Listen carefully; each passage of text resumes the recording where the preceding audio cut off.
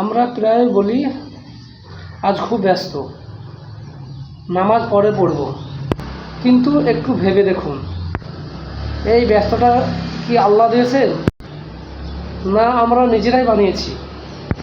আল্লাহ তাআলা দিনে 5 ওয়াক্ত নামাজ ফরজ করিয়েছেন আমাদের কষ্ট দেওয়ার জন্য না, কিন্তু আমাদেরকে শুদ্ধ করার জন্যই 5 ওয়াক্ত নামাজ দিয়েছেন। যে নামাজকে সময়ের অভাবে ছেড়ে দেবে সে আসলে দুনিয়াকে অগ্রাধিকার দেবে।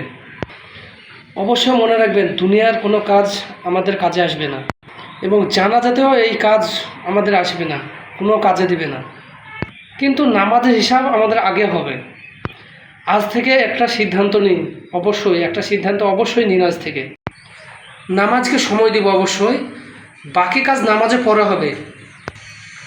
আল্লাহ তাআলা যেন আমাদের সবাইকে সময় থাকতে যেন হিদায়াত দান করেন, আমিন। অবশ্যই আমাদের নামাজ পড়তেই হবে ভাই, নামাজ ছাড়া কোনো গতি নাই। সর্বপ্রথম আমাদের নামাজ হিসাবে নেওয়া হবে। অবশ্যই আপনারা সকলেই নামাজ পড়বেন। আর আমার কথাগুলো যদি ভালো লাগে, আমার ইউটিউব চ্যানেল নূর আলম শেখ অফিসিয়াল অবশ্যই সাবস্ক্রাইব করবেন। আমি ইসলামিক কিছু শিক্ষামূলক ভিডিও দিয়ে থাকি, ইনশাল্লাহ আপনাদের শিক্ষার জন্য ইসলামিক শিক্ষামূলক ভিডিও অবশ্যই আমি দিব।